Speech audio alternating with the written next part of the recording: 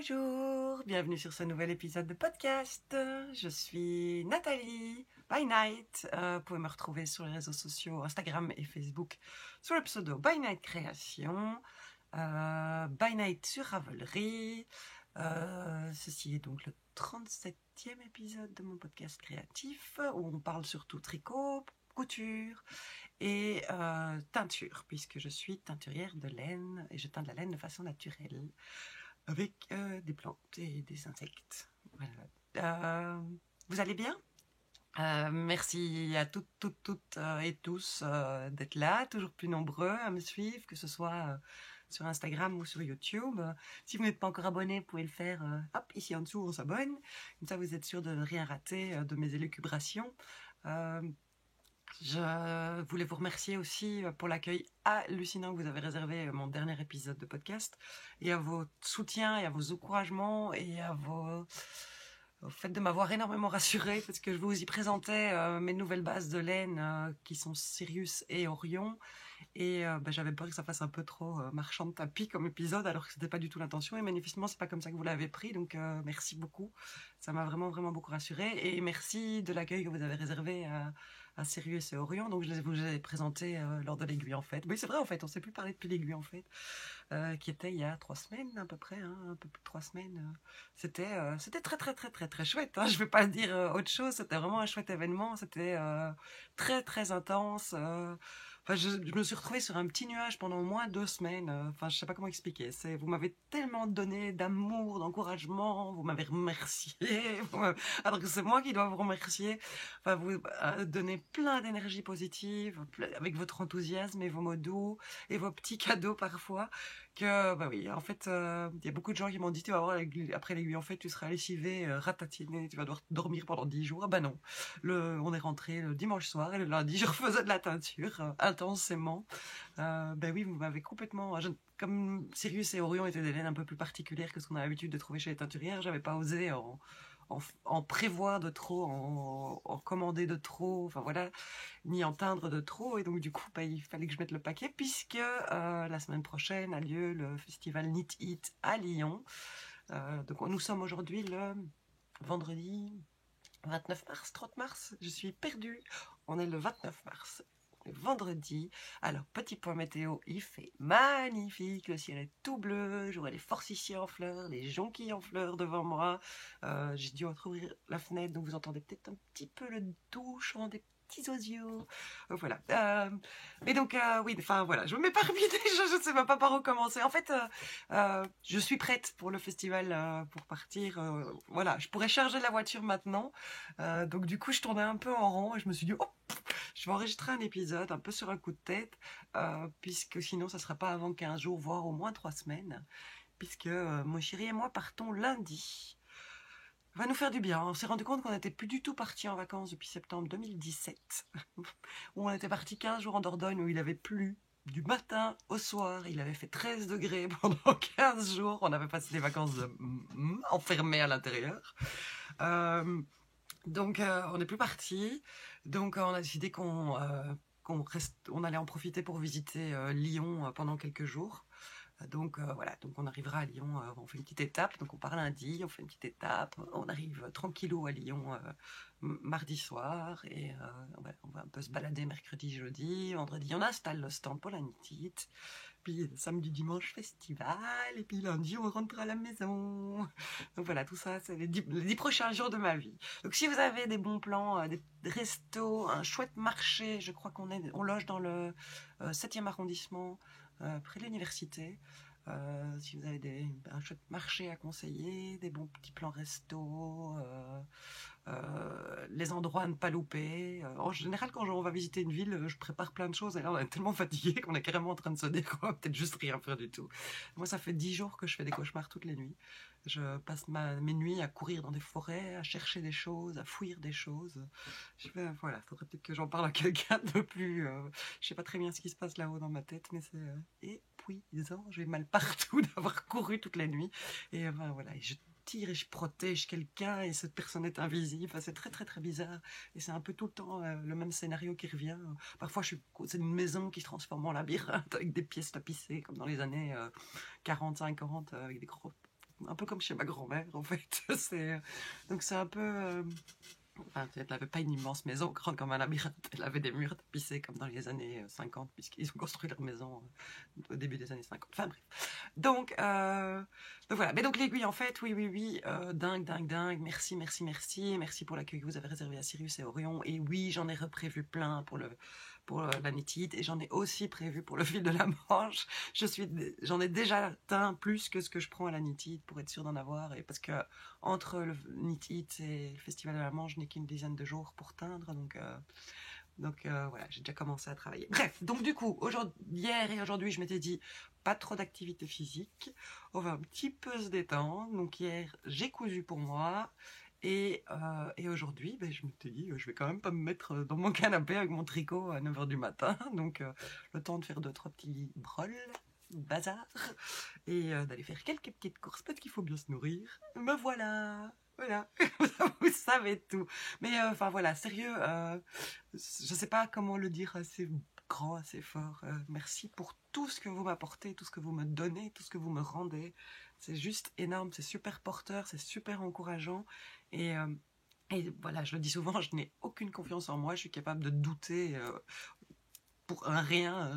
On va me faire 100 compliments, je vais bugger sur le 101e, la petite remarque qui peut être prise un petit peu de travers, mais pas tout à fait. Enfin, voilà, donc là, ouais, non, franchement, c'est cool. Merci pour tous vos encouragements, et merci de comprendre aussi mon procédé, la nature, les plantes, enfin voilà, tout ça.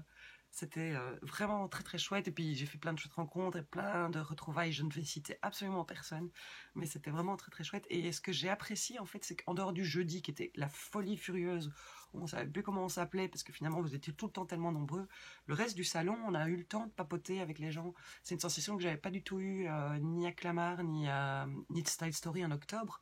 C'était trop intense tout le temps, et donc finalement on n'échangeait rien du tout. Genre, on n'avait pas le temps de demander et c'est pour quel projet, et c'est pour quelle envie, et c'est pour quelle personne. Enfin voilà. Tandis que là, j'avais vraiment l'impression que la majorité du temps, on avait le temps de papoter. Donc voilà. Donc si un jour vous rendez à l'Aiguille en Fête, et j'imagine que Création et Savoir-faire, c'est la même chose, ne venez pas toutes le même jour. Parce que sinon, c'est pas gai. Enfin, si, c'est super gai, c'est pas ça que je veux dire, mais bon, voilà, j'aime bien échanger. C'est à ça que servent aussi les festivals, et donc voilà, je crois que le jeudi, je ne suis pas sortie du stand avant. Donc ça ouvrait à 9h30, on avait la nocturne jusqu'à 9h du soir. Je crois que je suis sortie du stand une seule fois vers 15h. Voilà, juste, c'était... mais bref. Mais bon, c'était très chouette, et on va arrêter de tergiverser, de tourner en rond. Donc j'ai décidé d'enregistrer sur un coup de tête, donc j'ai pas des masses de trucs à vous montrer, quoique j'ai aussi beaucoup tricoté ces derniers temps. J'en avais vraiment besoin. J'ai un peu cousu pour moi. Si vous êtes sur Instagram, vous l'avez vu ce matin. Donc, ouais, on va vous montrer. J'ai un projet terminé, et alors deux projets en cours. Enfin, voilà, ça ne sera pas un épisode aussi long que d'habitude, mais j'espère que ça vous plaira quand même. Donc voilà, on passe au projet terminé.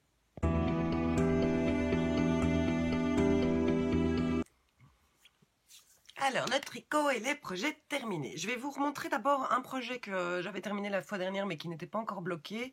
Il s'agit du Soyokaz, le gilet que j'avais tricoté en laine... Ah, mais j'ai une étiquette juste là. Donc, j'avais tricoté en laine Little Grey Sheep. Et voilà, c'est flou aussi. Mais, c'est net, c'est dingue. Voilà, donc c'était du British Cotland Four-Ply de Little Grey Sheep que j'avais acheté à Zwolle au Breideien, donc festival laineux, coloris Mara Malade. C'était des écheveaux de 330 mètres pour 100 grammes. J'en avais acheté 4. Bon, vous l'avez déjà vu, vous l'avez vu en cours, et donc vous l'avez vu terminer l'épisode précédent, sauf qu'il n'était pas encore bloqué. Donc après l'épisode, je l'ai directement bloqué.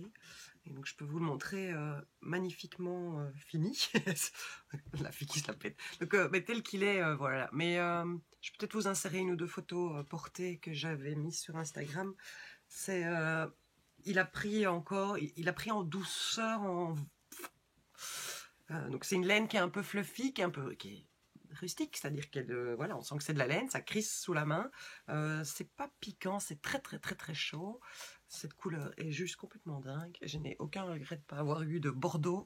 Je vous avais expliqué que j'avais longuement hésité à acheter des Bordeaux. Et puis en fait, le temps que je me décide, il n'y avait plus des Bordeaux.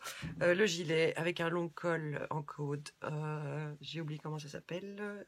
Voilà. Entre-temps, j'ai commencé 2 autres projets et j'en ai terminé 3 autres. Enfin, bref, j'ai fait plein d'autres trucs dont je ne me souviens plus. Donc c'est des côtes brisées, c'est ça. Donc voilà, un long col en côte brisée. Et alors ce motif qui se répète tout du long et qui est de plus en plus large au fur et à mesure.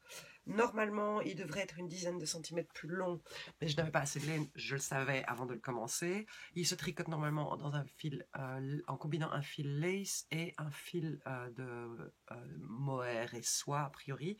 Mais pour un échantillon de 22 mailles, et donc c'est pile poil l'échantillon que j'avais. Bon, je tricote assez large, hein, et ça, on a un petit duvet au-dessus sur la laine qui convenait parfaitement. C'est extrêmement chaud et j'avoue que je ne l'ai toujours pas porté. C'est dommage, je suis un peu à la maison le soir. Voilà, quand j'ai envie d'être douillette. Mais voilà, on m'a demandé si ça boulochait. Donc voilà, comme je ne l'ai pas porté des masses, alors je pense que ça va boulocher. Est-ce qu'on va voir ici, voilà. C'est les bouloches, parce que le fil est duveteux, c'est des bouloches du début en fait, hein. C'est le temps que le duvet s'acclimate au frottement de mon anatomie. Voilà, j'en suis vraiment vraiment fan, je suis très très très contente.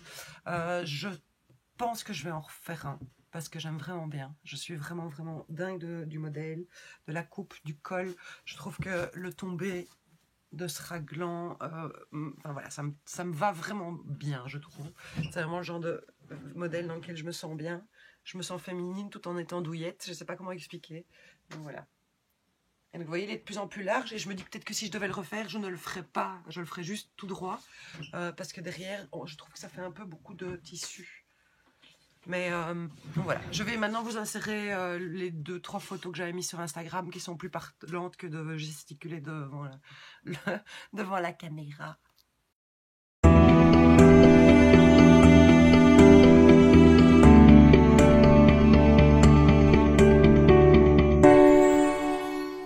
Voilà, je pense qu'avec les photos, c'est un tout petit peu plus parlant, même si c'est pour celles qui me suivent sur Instagram. Et ceux qui me suivent sur Instagram, c'est peut-être un peu redondant du coup.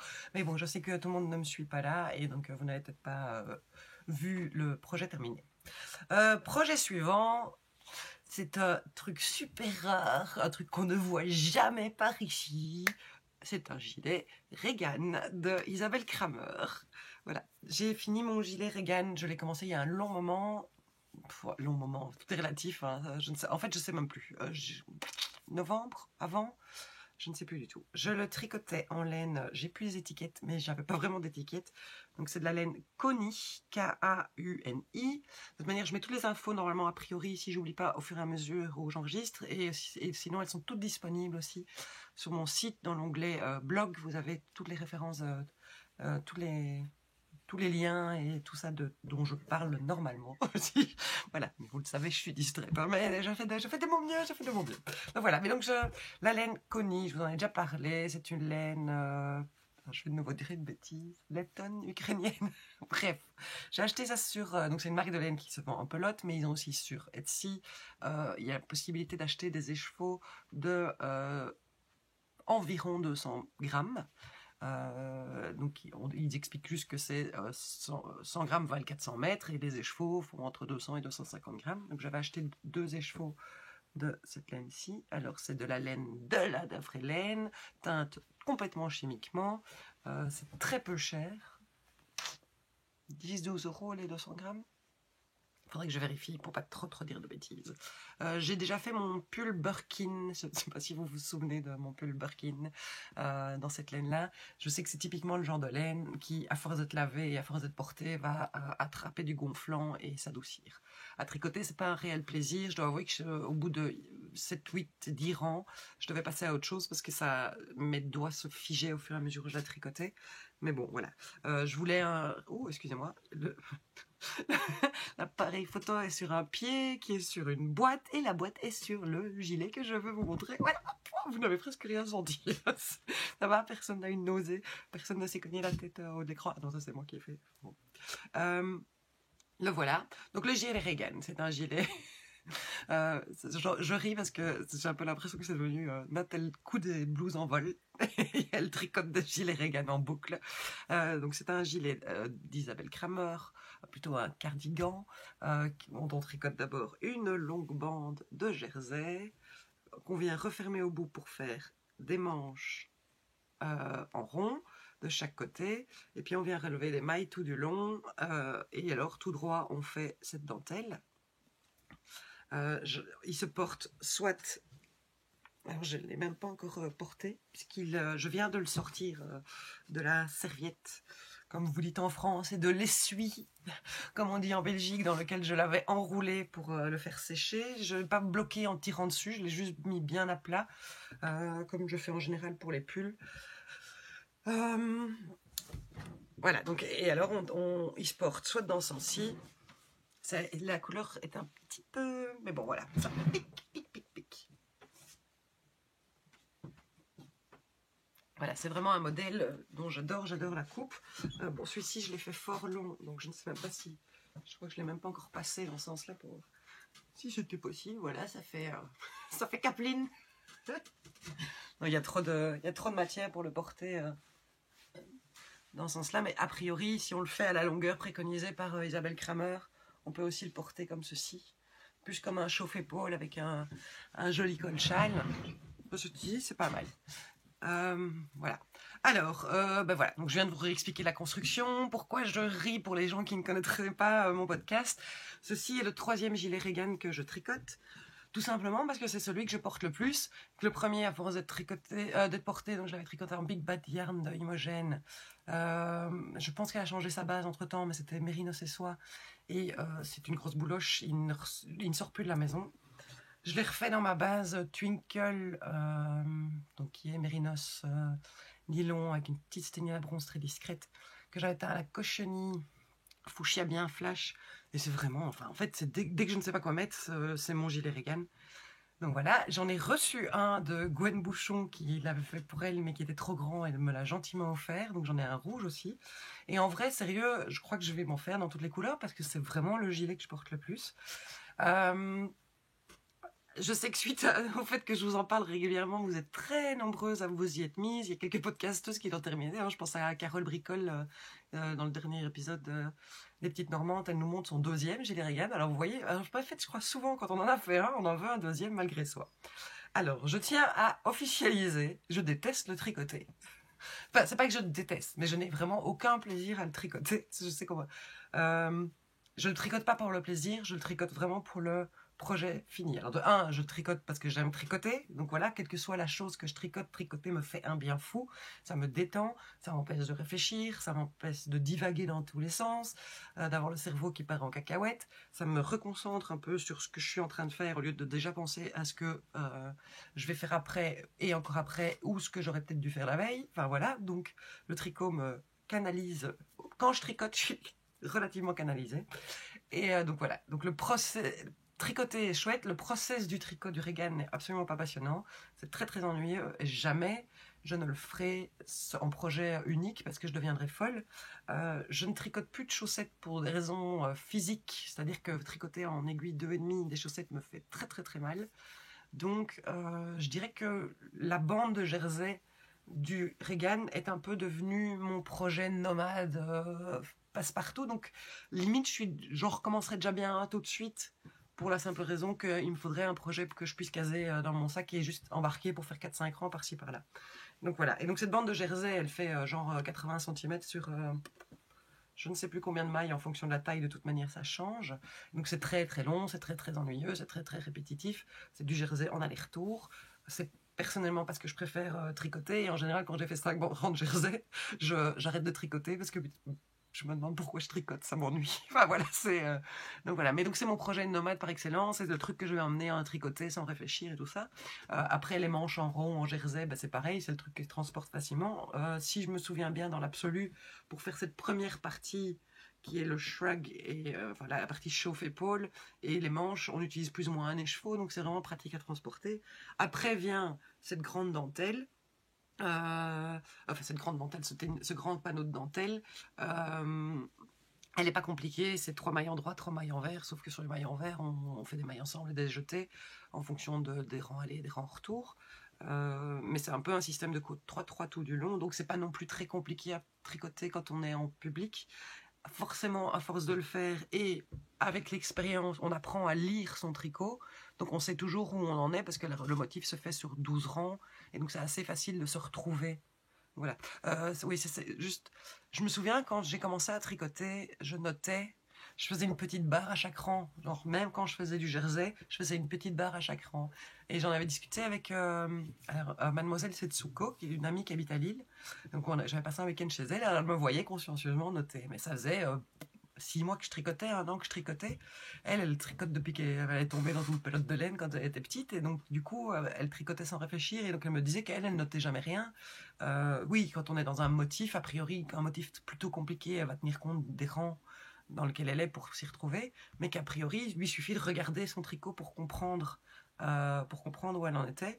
Et j'avais trouvé ça complètement fou. Je la trouvais, mais waouh, c'est une magicienne cette fille, quoi. Mais non, en fait, c'est l'expérience qui fait, forcément, on apprend au fur et à mesure. Maintenant, 10-12 ans plus tard, je suis capable également de lire un tricot et de voir où j'en suis a priori dans un motif, même dans un motif plus compliqué. Je peux, si j'ai perdu mon compte-rang ou si je sais pas où est ma petite feuille où j'ai noté où j'en étais quand je me suis arrêtée, ou si ça fait longtemps que j'ai pas touché un projet, a priori, en analysant entre guillemets le motif, je peux m'y retrouver. Donc voilà, c'est ce que je dis souvent aux gens qui débutent le tricot, qui me disent oh, la dentelle, je suis perdu, j'ai perdu une maille, il m'en manque un. Déjà, entre chaque répétition du motif, mettez un nanomarqueur. Voilà, comme ça, a priori, la majorité des dentelles, elles se tricotent sur l'endroit et au retour, on fait en général du jersey en verre. On peut recompter entre chaque anneau marqueur. Le motif se fait sur 12 mailles. Ah ben, je dois avoir 12 mailles entre chaque anneau marqueur. S'il y a un endroit où j'en ai 10 ou j'en ai 13, c'est que soit j'ai oublié de faire une diminution, soit j'ai oublié de faire un jeté, soit j'en ai fait un de trop. Et donc, dans ces cas-là, il suffit de relire les mailles juste sur cette petite partie-là, ça aide énormément. Et donc, ça apprend aussi à regarder le travail qu'on a accompli et à comprendre ce qui se construit au fur et à mesure. Une autre amie m'avait aussi un jour dit oh, moi je vois un diagramme, j'ai compris à quoi ressemble le motif, j'ai pas besoin de voir le modèle. Et c'est pareil, je m'étais dit attends, un diagramme c'est des petites barres comme ça, il y a des petits carrés, il y a des petits points, il y a des petits ronds, il y a des petites crolles comme on dit chez nous. Enfin voilà, moi je comprends rien. Enfin ouais, je vois bien qu'il y a des formes qui font comme ça, mais à part ça, non, c'est pareil avec le temps. À force de comparer le motif terminé et le diagramme pour comprendre où on en est, on apprend à lire son tricot. Donc, n'hésite pas de temps en temps à vous arrêter quand vous faites un motif et à analyser, entre guillemets, quel mouvement, quelle combinaison de mailles va créer quel dessin, ou vient de créer quel dessin, et vous allez voir qu'avec le temps, ça devient de plus en plus limpide, de plus facile à comprendre. Donc voilà, mais donc, Carole, je n'aime pas du tout tricoter l'origane. Quoi qu'il en soit, je risque de continuer à en faire parce que c'est vraiment mon gilet que j'aime, quoi. Mon gilet que j'aime d'amour. Donc voilà, et j'ai eu une espèce de petit creux de je fais quoi moi maintenant en tricot. Je savais pas quoi monter comme projet, c'est assez bizarre alors que j'ai plein de laine. Parce qu'il y en a aucune. Enfin, les laines qui sont là, a priori, sont prévues pour la majorité déjà avec des projets. Et donc, j'avais pas de laine pour faire. Non, mais j'étais toute perdue. Je n'ai pas de rigane sur mes aiguilles en ce moment. C'est complètement fou. Donc voilà, mais donc oui, je vais en refaire un. J'ai envie d'un gris, j'ai envie d'un jaune, j'ai envie d'un orange. Enfin voilà, pourquoi pas refaire un vert puisque le premier que j'avais fait n'est plus portable. Un blanc, tout simplement. Un gris en laine non teinte. Enfin voilà, les idées, les possibilités sont infinies. Et je porte énormément de chemisiers. Voilà, de blouse avec un col et des boutons devant. Et je trouve que ça fonctionne bien ensemble. Le gilet Regan, mes chemises sont en général un peu amples. Le gilet l'est aussi. Donc c'est pratique. Voilà. Et ça reste, je trouve, féminin d'avoir juste par cette dentelle. Et je sais qu'à chaque fois, je me dis pour le suivant, je vais peut-être changer de dentelle. Et au moment où je me lance, je me dis c'est tellement facile de refaire la même. Puis je ne suis pas sûre que d'autres gens que nous, je ne suis pas sûre que mes amis proches voient que j'ai 3 fois le même gilet ou 4 fois le même gilet. Ils voient que j'ai un gilet bleu, un gilet rose, mais les détails, je pense pas que ils font attention à ça. Enfin, j'en sais rien. Je te pose la question, tiens, on voit toute notre bande de potes demain soir. Je te demanderai, et alors, est-ce que mon gilet bleu, il vous rappelle quelque chose? Et ils vont me regarder en me disant, allez, viens, bois un verre et tais-toi, on s'en fout de ta laine. Voilà. Donc, j'ai fini un gilet Regan. Alors, les autres gilets Regan que j'ai fait en mérinos, une fois mérinos et soie, une fois mérinos nylon, j'avais utilisé pile 3 écheveaux. Quand on regarde les photos du modèle, on utilise... elle a fait, je crois, 9 répétitions du motif. Moi, pour ma taille, je l'allonge toujours de 2 répétitions du motif. Cette fois-ci, j'avais dit que comme j'avais beaucoup plus de laine, j'allais l'allonger dans l'espoir qu'il aille jusque plus bas que mes genoux, puisque j'avais... presque 500 grammes de laine, en fait, avec ces 2 gros écheveaux qui faisaient entre 230 et 250 grammes. Et comme c'est de la laine plus rustique, elle est moins molle et elle prend moins d'ampleur pendant le tricot et après au lavage. Et donc, du coup, je me suis rendu compte, en ayant passé le 11e motif, qu'il me restait qu'une soixantaine de grammes et qu'avec ça, j'allais faire 7-8 cm. Et donc, du coup, il aurait une longueur un peu moche. Genre juste un peu en dessous des fesses, enfin voilà le truc, et où, enfin voilà, devant ça me plaisait pas trop comme idée. J'avais envie que si je le faisais long, qu'il passe mes hanches en fait en longueur devant, puisque avec la manière dont il est construit, les pans devant sont plus longs plus courts que le dos. Et donc du coup je me suis arrêtée. J'ai fait 12 répétitions du motif, il est quand même un peu plus long que les autres, mais pas beaucoup, justement parce que la laine prend moins d'ampleur, et j'ai utilisé plus de laine aussi, puisqu'il me reste, je viens de peser, il me reste un peu moins de 50 grammes. Donc il me reste, j'ai utilisé 1600 mètres de laine, mais donc de la laine qui prend pas l'ampleur que va prendre un mérinos. Voilà. Qu'est-ce que je peux dire d'autre? J'oublie tout le temps les questions. Enfin, souvent, après, on pose des questions parce que je pense pas. La partie jersey se fait en 3,75 et la dentelle en 3,5. La conie. Donc, je l'ai lavé déjà 3 fois avant de le mettre à sécher. Le gilet, de 1 parce que le premier bain était, j'ai plongé la laine dans les 30 secondes, l'eau était de la même couleur que la pelote, donc je me suis dit oups, je rince.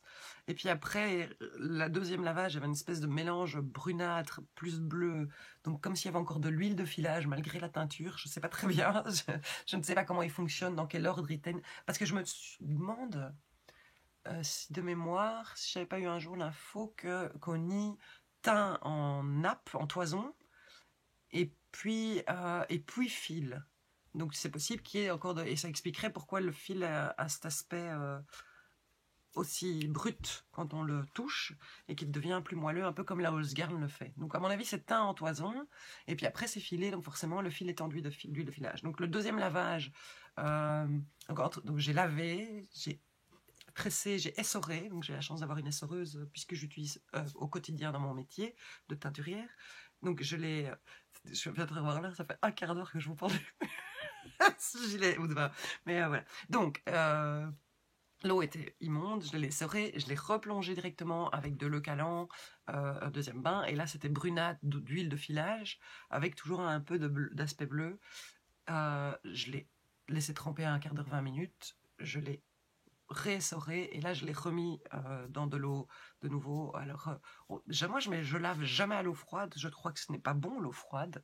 La laine elle est à température ambiante, donc la mettre dans de l'eau froide va lui donner un choc thermique de la même manière que si on la jette dans de l'eau bouillante. C'est pas la même proportion forcément, mais donc moi je mets à température eau du bain, que ce soit pour laver ma laine que j'ai teinte, que ce soit pour laver mes projets terminés, pour mes vêtements en cours de portage et compagnie.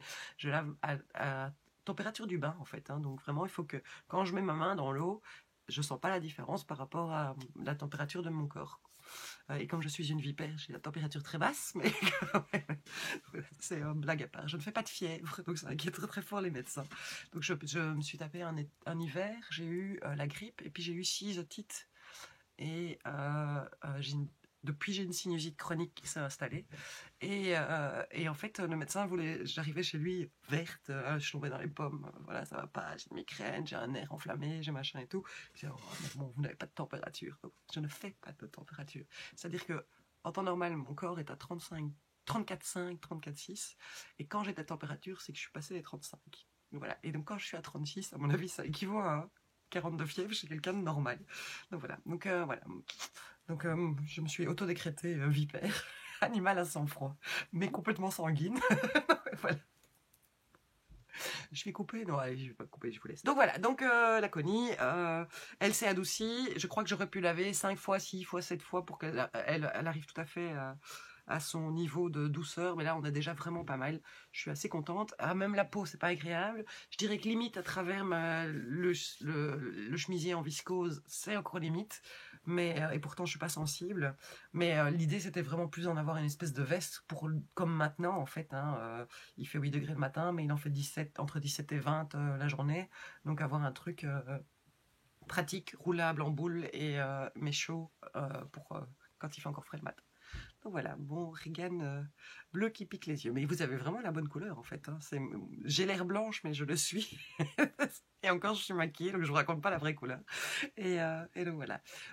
C'est le seul projet terminé que j'ai à vous montrer. J'en ai un autre, mais c'est un patron qui sortira pour la Knit-It, une collaboration. Donc, je ne sais pas si je ferai pas une... Non, je ne vais pas faire une petite vidéo que je programme. Je vous montrerai. Retrouvez-moi sur Instagram si vous voulez le voir au moment du lancement. Et alors, je vous le montrerai au prochain épisode qui sera, j'espère, que j'aurai le temps entre Lyon et le fil de la Manche. Donc voilà, le Regan. Encore et encore. Et ce n'est pas le dernier. Voilà. Après, vous pouvez aussi décider. Je sais qu'il y a de moins en moins de podcasteuses qui montent leurs chaussettes en partant du principe que les chaussettes, c'est pas un vrai objet terminé. Vous pouvez aussi, dites-moi si vous voulez que j'arrête de vous montrer les gilets Regan et de vous raconter la construction et tout au fur et à mesure. Dites-le moi, je ferai des Regan en cachette, il n'y a pas de souci. Et puis de temps en temps, ils apparaîtront en photo, mais où je les porterai. Mais voilà, donc dites-moi, on n'en veut plus de ton Regan. Donc voilà, on va passer au projet en cours. J'en ai deux. Un nouveau, ça c'est sûr, et l'autre, je ne suis pas du tout sûre que je l'avais commencé l'épisode précédent, parce que j'ai pas du tout, même pas regardé mes notes. Donc voilà, à tout de suite.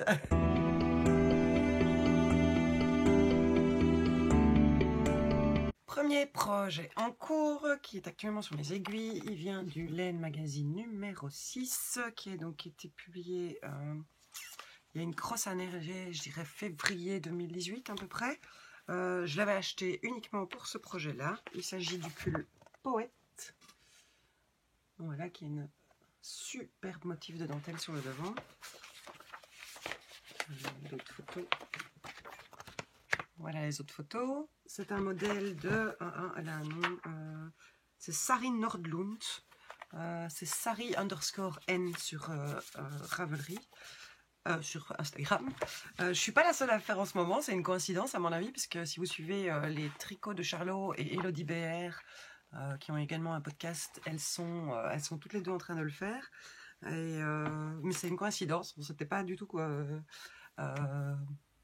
concerté, c'était ça le mot que je cherchais. Vous savez, de la blancheur dans mon regard. J'étais en train de refaire tout le dictionnaire qui commence par C. Donc, je le tricote dans une laine que j'ai teinte moi-même. Je l'ai acheté en mai l'année passée dans le but de faire le Poète. C'est de l'alpaga qui n'est pas blanc à la base, qui est légèrement grisé et que j'ai teint avec du curcuma. Vous voyez là. Donc ça donne un très joli vert lumineux, jaune-vert lumineux. Que j'aime beaucoup, beaucoup, beaucoup. Et donc cette laine est teinte depuis, à mon avis, fin mai, début juin l'an dernier, et attend juste là, sur une étagère, que je moque d'elle. Donc voilà, mais donc le Poète n'est pas un pull évident à faire, a priori. Il faut quand même se concentrer sur la dentelle, et donc il a été dépassé par plein d'autres projets. Mais là, j'en ai eu marre. Donc, on est au printemps, il commence à faire beau, et Nathalie se fait un pull en 100% alpaga bien chaud. Mais il y a des trous. Donc voilà. Alors, je vais le montrer. J'ai déjà bien avancé, l'air de rien. Tada!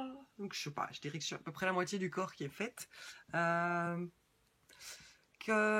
Alors il se monte. On commence par monter des mailles. Je ne sais pas. Alors, je l'ai commencé juste avant l'aiguille en fait. Et donc voilà, c'était il y a un mois. Je me souviens plus exactement. J'ai pas relu. Donc on monte des mailles.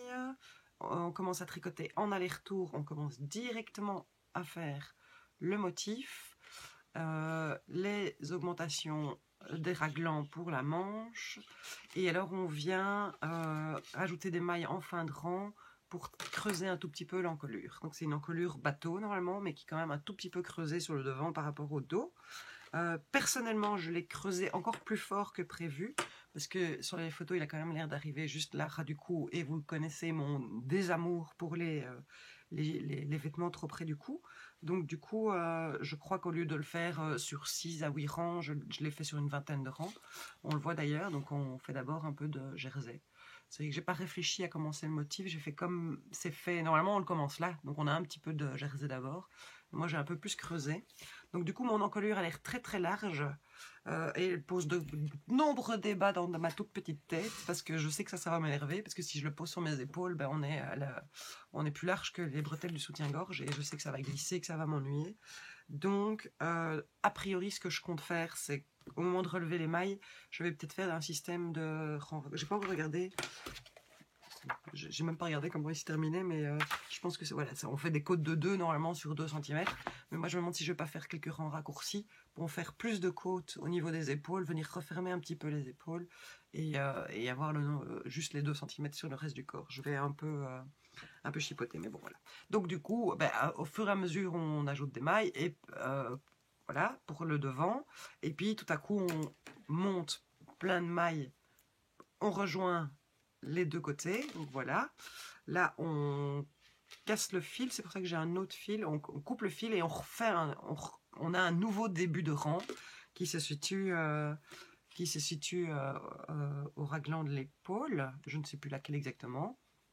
Et on continue à tricoter en rang en reprenant le motif du devant, en recommençant le motif du devant au même niveau où on en est déjà à l'arrière, au dos. C'est-à-dire que... et en fait, la grille, je sais que... il n'a pas que bonne presse, ce patron, dans le sens où... Je vous montre de loin, comme ça, vous ne pouvez pas faire des photos de votre écran pour avoir la grille, mais voici la grille. Et on a le motif principal qui est ici la répétition sur 48 rangs et sur 20 mailles. Et alors on a des lignes ici sur les côtés qui indiquent les augmentations. Et on a des lignes de couleurs différentes en fonction des tailles. Personnellement pour ma taille, je crois que je fais le L, voire le XL. Je fais le XL, donc parce que il est assez près du corps et moi je le veux un peu ample. Je fais le XL. Et alors j'ai pas été maligne parce que j'ai pas fait d'échantillon, j'ai pas bloqué mon échantillon, je n'ai jamais tricoté cet alpaga, ça tombe, ça va devenir un truc immense, mais bon, on verra bien, on verra où je vais, on verra où je vais. Mais je sais que par exemple pour ma taille, donc forcément sur les rangs endroits on augmente au niveau des raglans, et enfin sur le rang impair, on augmente au niveau des raglans, et sur les rangs pairs on n'augmente pas, et en fait ma grille la grille de ma taille ne prend pas en compte cette maille là au début du rang impair. Donc ce que j'ai fait au fur et à mesure, c'est que sur ma taille, on a déjà 3 panneaux 3 motifs de dentelle qui sont complets, et j'ai mis mes anneaux marqueurs à chaque motif de dentelle, et alors je recomptais où j'étais par rapport, donc je suis à 12 mailles du début, donc je dois commencer là. Donc ça a été un peu fastidieux le temps de me mettre en route. Mais une fois passé une vingtaine de rangs, on est dans le système. Une fois qu'on a compris, pareil, on lit son motif, au fur et à mesure où on lit son diagramme, on comprend aussi ce qui est en train de se dessiner et comment ça se dessine et quelle maille exprime quel dessin sur le modèle. Et donc voilà, on voit, il y a un jeu de poinderie qui fait des petits losanges, et autour on a une espèce de motif qui fait un peu feuillage. Donc voilà. Donc en fait, je dirais que jusque-là, on se casse un peu la tête, mais une fois qu'on est lancé, c'est bon. Et j'en discutais justement avec Charlotte qui avait un jour publié sur Instagram: quelle horreur, je sais pas par où commencer, j'arrête pas, enfin voilà, je m'en sors pas.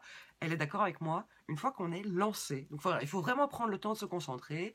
C'est pas un tricot qu'on commence un soir devant la télé avec les gosses qui jouent à côté, ou enfin voilà, on fait ça à un moment où on est seul, et au bout de, je dirais, une bonne grosseur de tricot, on a compris où on en allait, où on en était et où on allait.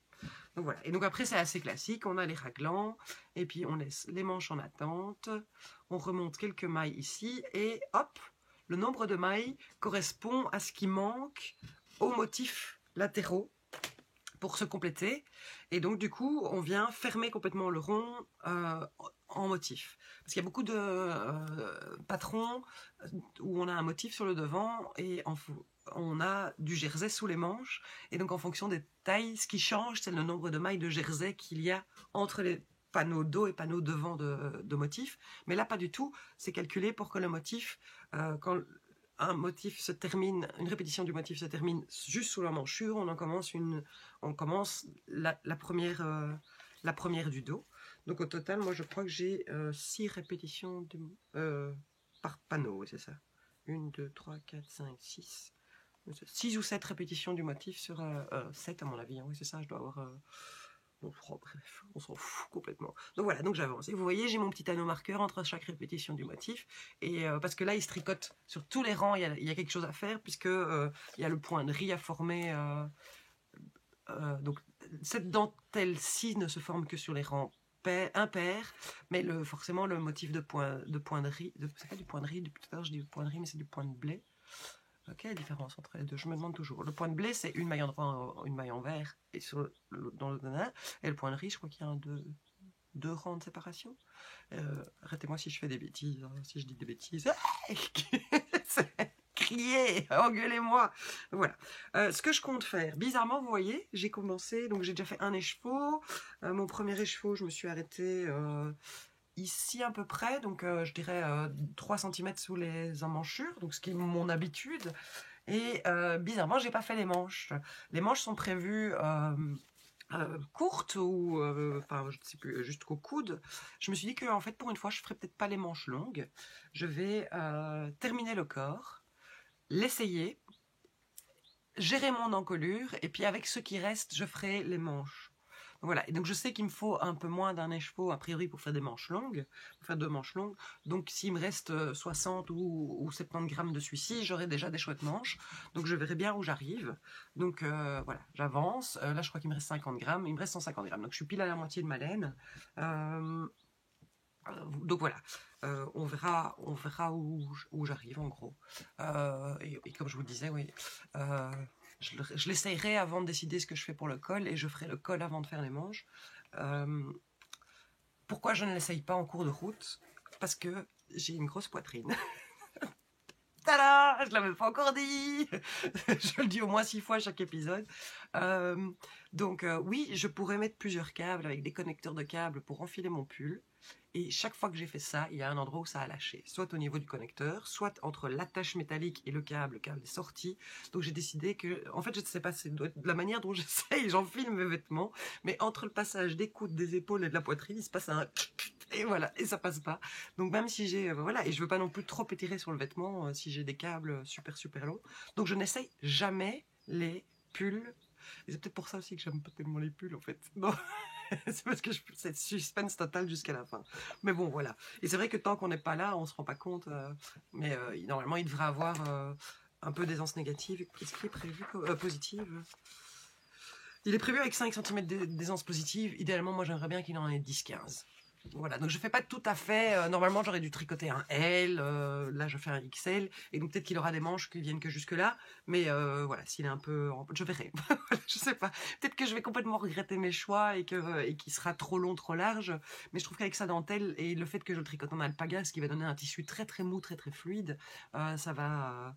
J'avais envie qu'il soit mou, fluide et un peu vaporeux et pas trop près du corps. Et puis voilà, ça va être chaud aussi en alpaga. Donc plus chaud qu'en mérinos dans ma gradation des températures offertes par les laines. Donc voilà. Donc ça va tout son bon train. Je dirais pas qu'il est devenu zéro cerveau, mais je me prends plus trop la tête. J'ai compris où j'allais, j'ai compris le motif. Le motif principal qu'on doit répéter tout du long, vous le voyez, il est à cheval sur 2 pages, c'est absolument pas pratique. Donc moi j'ai refait une copie juste le truc, et j'ai juste la grille transportable, et je pense genre qu'on a 7 heures de bagnole lundi et 3 mardi, et puis on en aura de nouveau 6 ou 7 pour revenir de Lyon le lundi en 8. Et donc oui, je le tricoterai en voiture, parce que même si c'est une dentelle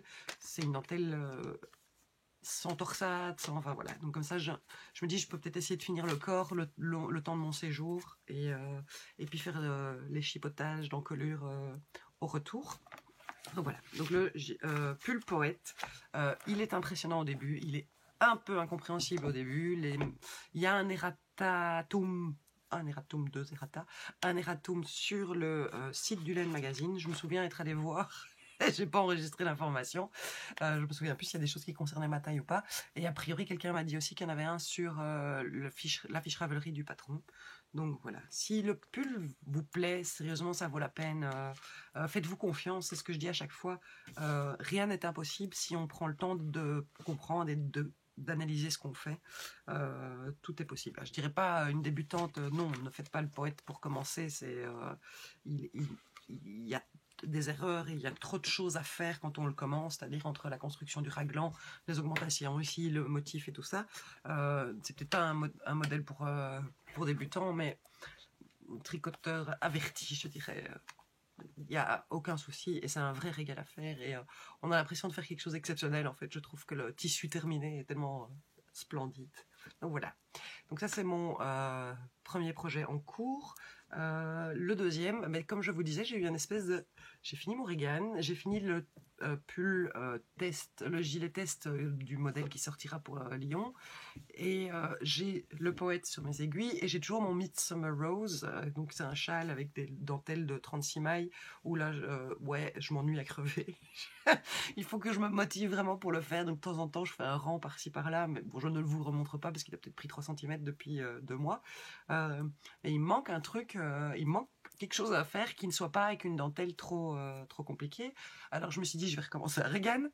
Et puis, je ne savais pas quelle chose. Comme je vous dis, ben, les laines que j'ai, a priori, elles sont déjà prévues pour d'autres choses. Donc non. Après, rien me dit que peut-être cet après-midi, sur un coup de tête, je vais quand même me dire « Ah, mais pour la voiture, je voudrais bien un peu de jersey. » Donc, je vais quand même commencer à Regan. Voilà. J'ai encore 3 jours pour décider ce que je prends les 18 projets que je prends pour les 9 jours où je serai en vadrouille et où je serai tellement occupée que je ne vais pas toucher mes aiguilles. Hein, on le sait, hein. Voilà. Donc du coup, je me suis dit, Nat, ça fait aussi quelques mois que tu t'es prévu un Fading Point, qui est un grand châle de Rory Locatelli. Et donc, je vous montre une photo juste là maintenant.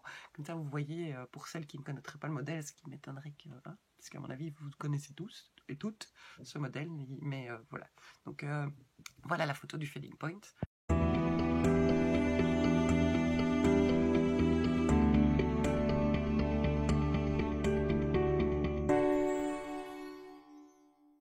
Donc le Fading Point de Rory Locatelli, ça fait un moment que je l'ai en tête, à peu près à mon avis de nouveau depuis sa sortie. C'est un patron, vous l'avez vu, qui propose un système, donc c'est une longue étole avec un système de fade, de dégradé dans les couleurs. Je pense qu'elle avait travaillé avec des kits de la bien-aimée. Il faut 5 couleurs, donc c'est un sacré budget. Et donc, à l'époque, quand il est sorti, j'avais déjà un écheveau de La Féfile. Voilà, un écheveau de Cécile, La Féfile. C'était la single fingering, 100% mérino, le coloris hémoglobule, que voici, que m'avait offert Julie Kipkan-Mennit, qui a bien 1 an et demi qu'elle me l'a offert. Alors, oui, c'est ça, je dirais que c'était en novembre 2017 qu'elle me l'a offert. Je me souviens de où et quand, en fait, c'est pour ça. je n'ai pas... voilà. Ouais, en fait, non, je crois qu'il y a plein d'informations complètement inutiles dans mon cerveau. Dans la date, je crois que c'était le 19 novembre. Carrément, ouais. Donc, voilà. Et donc, voilà. Donc, c'est une couleur complètement dingue. Et elle avait dit, bah, écoute, comme t'aimes bien découvrir, je t'ai ramené du CSF un écheveau de La Féfile. Et donc, j'avais jamais eu l'occasion d'avoir de laine de Cécile en main. Maintenant, c'est vu plusieurs fois, mais à l'époque, on ne se connaissait pas. Et elle m'avait choisi du rouge, forcément. Alors, j'avais un énorme dilemme par rapport à ça. Vous le savez, je ne suis pas folle dingue de laine single. Je trouve que ça feutre vite, que ça s'abîme vite et que ça se rétracte rapidement une fois que le projet est terminé. Qu'est-ce que j'ai fait en single? Mais je vais pas revenir à chaque fois sur ce que j'ai déjà fait en single, mais j'ai fait mon premier, voilà, j'ai fait un truc en lace de Malabrigo, je l'ai porté 5 fois, le truc est devenu taille enfant. J'ai fait un truc en laine mèche de Drops. Bon, c'est peut-être pas des bons exemples non plus, mais ce truc là c'est dans l'autre sens, ça s'est complètement détendu, ça n'a plus de forme, c'est bouloché dans tous les sens. Et alors j'ai fait le briochette en Edge Hock single. Donc le briochette, c'est un petit châle en brioche de couleur de Nadia Crétin-Lachaine. Et je trouve que les parties en point mousse se sont... Enfin voilà, il a perdu son ampleur au bout de 3 fois autour de mon cou. Donc voilà, ça c'est je sais qu'il y a plein de gens qui aiment, qui font des vêtements en single et tout ça. La single ne convient peut-être pas à ma peau ou à ma manière de vivre dans mes vêtements. Mais bon voilà, mais c'est pas grave, j'avais ces chevaux, ça m'a fait énormément plaisir. Et donc je me suis dit, ben, je vais pas lui trouver des copains pour faire un pull, je vais lui trouver des copains pour faire un châle. Donc dans ma tête, je cherchais l'idée de un copain ou deux pour faire un châle bicolore ou tricolore. Et je suis allée au kaléidoscope pour choisir les copains. Et j'ai pas pu en prendre qu'un seul, j'étais incapable, j'en ai pris 2. Donc, et tout ça, c'était décembre 2017, par là. Et donc, parce que j'ai gardé toutes les étiquettes pour vous les montrer. Le premier que j'ai choisi, mais je vous l'ai déjà montré à l'époque, c'est cet extraordinaire coloris Rusty Nail de Hedgehog Fibers. C'est des vieilles étiquettes, je crois qu'elle a complètement changé ses étiquettes entre-temps. Donc Skinny Singles, je trouvais qu'ils étaient faits pour... Je me souviens à l'époque vous avoir dit combien j'étais folle de ce coloris, que c'était dommage qu'il n'existait pas avec une telle profondeur sur d'autres bases.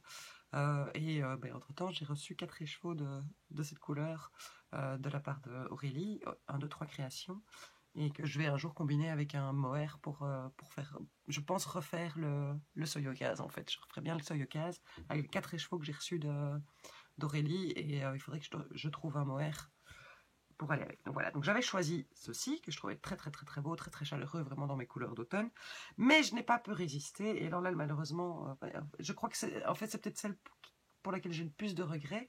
Ceci, c'est de la Malabrigo, c'est la Meshita, Meshita, coloris Carnival. Donc c'est une laine mèche, elle est un peu plus épaisse, les autres font 366 mètres pour 100 grammes. Oh bah non, celle-ci elle fait 385, mais elle a un aspect un peu plus épais, un peu plus soufflé que les autres. Et alors c'est ce que je craignais à la vidéo, c'est que à la caméra, c'est que c'est surtout les coloris foncés verts qui ressortent, et en vrai il y a une grosse dominante rose, rouille et rouge, et donc j'avais bien l'idée de faire un truc avec ces 3-là. Ça c'était mon idée de base. Et puis est sorti le Fading Point. Et là, enfin voilà, c'est un peu devenu genre, ben non, j'ai déjà ces 3-là, ils fonctionnent bien ensemble, a priori comme ceci, il m'en manque 2 autres. Et donc je voudrais partir sur plus bordeaux foncé, et pas aller vraiment vers le plus clair, et je voulais le moins blanc possible, voilà. Donc j'ai pris des photos de mes écheveaux, et dans mon téléphone, et donc chaque fois que je suis retournée au kaléidoscope, ou que j'allais à un festival, ou que ce soit au Breidagen, ou que ce soit même Knit Style Story en octobre, voilà, je cherchais mes 2 autres compagnons pour faire mon Fading Point. Donc voilà, vous voyez, donc le travail, ça fait plus d'1 an que je travaille sur mon Fading Point, quoi. Donc voilà. J'ai trouvé mon bonheur pour un coloris juste au-dessus du rouge, le voici. Donc voilà, donc je vous montre les 4. Ça, j'ai acheté au kaléidoscope de nouveau. Elle venait de rentrer pour la première fois de la laine Holland, qu'elle propose maintenant en plus. Holland, c'est aussi une teinturière irlandaise. Donc voilà, et donc on est aussi dans un bordeaux un peu plus foncé que le hémoglobule, mais avec des pointes. Bon, il y a un peu de rose qui sort fort à l'image. Mais il y a surtout voilà, c'est très très très très proche, sans être trop proche, de hémoglobule. Et donc voilà, donc j'étais avec ça, avec toujours, qu'est-ce qu'il me faut. Et donc dans mon truc, j'étais là, j'ai une laine unie, j'ai des speckles, j'ai une laine unie, j'ai une semi-solide, comme ils disent en anglais, donc qui n'est pas un ton uni. Et donc il me faut un ton uni, qui soit marron chocolat, soit bordeaux plus foncé, donc voilà. Donc je continue à chercher mes bonnes idées, et j'ai trouvé mon bonheur en novembre chez Walmetverve, quand on s'est vu à Gand, la teinturière néerlandaise Walmetverve, qui sera de nouveau, on se voit à Amsterdam fin mai, mais je pense qu'elle est au fil de la Manche de nouveau, donc on se voit fin avril. Et donc c'est la même base single, je pense que toutes les teinturières utilisent la même base single, et donc là on est dans un bordeaux très très très foncé. Alors j'ai pas dit les noms de coloris, veuillez m'excuser. Ça c'est Pewter, P-E-W-T-E-R. Ça, je vous ai dit Carnival. Et alors, chez Walmet Verve, je n'ai pas trouvé le nom du coloris. Donc, je ne peux pas vous renseigner. Il n'y a pas sur l'étiquette. Donc, voilà. Donc, c'est vraiment un bordeaux très, très, très, très foncé, vraiment splendide. Et donc, j'ai mon fading point depuis novembre, prêt à sauter sur mes aiguilles. Voilà, il fallait juste que j'ai le moment où j'ai besoin de tricoter ce projet-là. En fait, c'est un peu comme ça que je fonctionne. C'est des histoires de besoin ou d'envie. Donc, voilà. Donc, le fading point se commence par 2 panneaux égaux. On le commence par les extrémités et on va vers le milieu.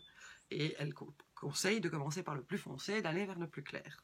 Donc il y a 2 panneaux les mêmes qui vont se rejoindre et puis après on va venir, qui se terminent en triangle et puis après on vient refaire des triangles dans l'autre sens pour former le...